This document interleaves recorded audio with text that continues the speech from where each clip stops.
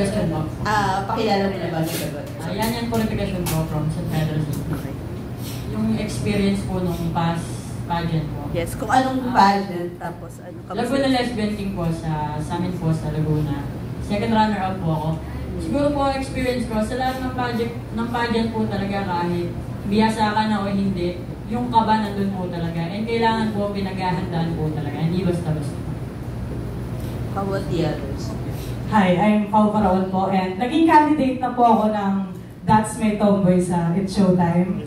And sa mga pageant po, barangay, sumasali na rin po ako. Pero ang kinaibahan po ng Tomboy Philippines sa mga pageant na sinalihan ko ay yung mas kaya ko na pong lumaban ngayon nang alam kong kaya kong suportahan yung sarili ko. Dahil before po kasi talagang nakihiram pa ako ng mga gamit para lang suportahan yung sarili ko dahil nga po wala pang kakayahan. Pero ngayon po sa Tomboy Philippines, malaki po yung impact niya sa akin kasi alam kong mas marami na pong taong nanonood at nakikinig para po mapakita namin kung ano yung mga advokasya ng mga tomboy at yung mga talento na kayang ipakita sa ibang tao.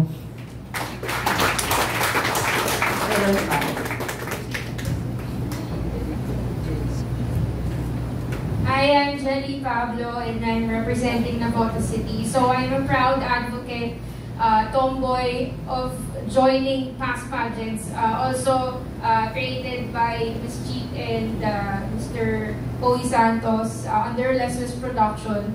I've already joined some off-cam pageants, and I would say that the difference between those off-cam to this Tomboy Philippines is a lot.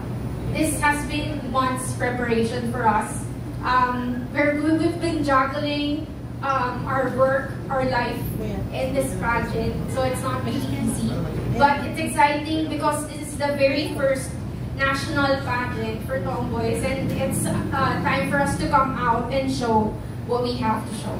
Thank you po. Thank you. Last na lang, meron ba mga first-timers?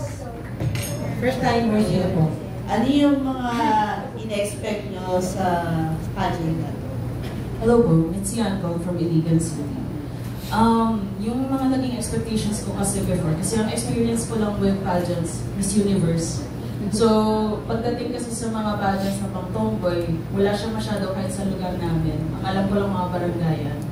Pero, nung nalaman ko yung tungkol sa Tomboy Philippines, ang naging expectation ko is maging matrabaho siya.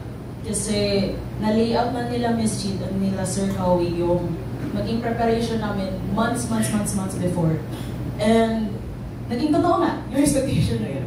Pero, ang hindi ko na-expect ay yung mga naging life experiences na nakuha ko from this. Kasi parang nahasa rin yung pagkatao namin all throughout yung preparation namin. Pati yung kahit yung sa confidence namin, yung pag-iisip namin creatively. Yun yung mga hindi ko in-expect na mangyari all throughout the pageant, and super grateful ako sa kanila, and sobrang worth it po talaga.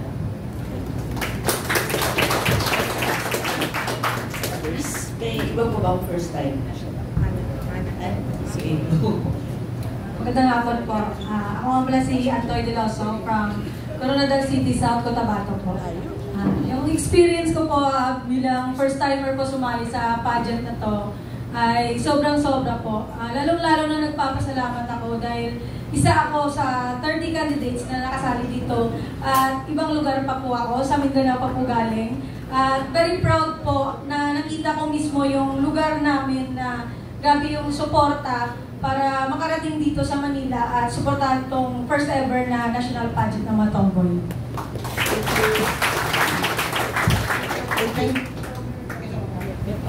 Okay, thank you so much, Mary. Si Sir Rafi mula.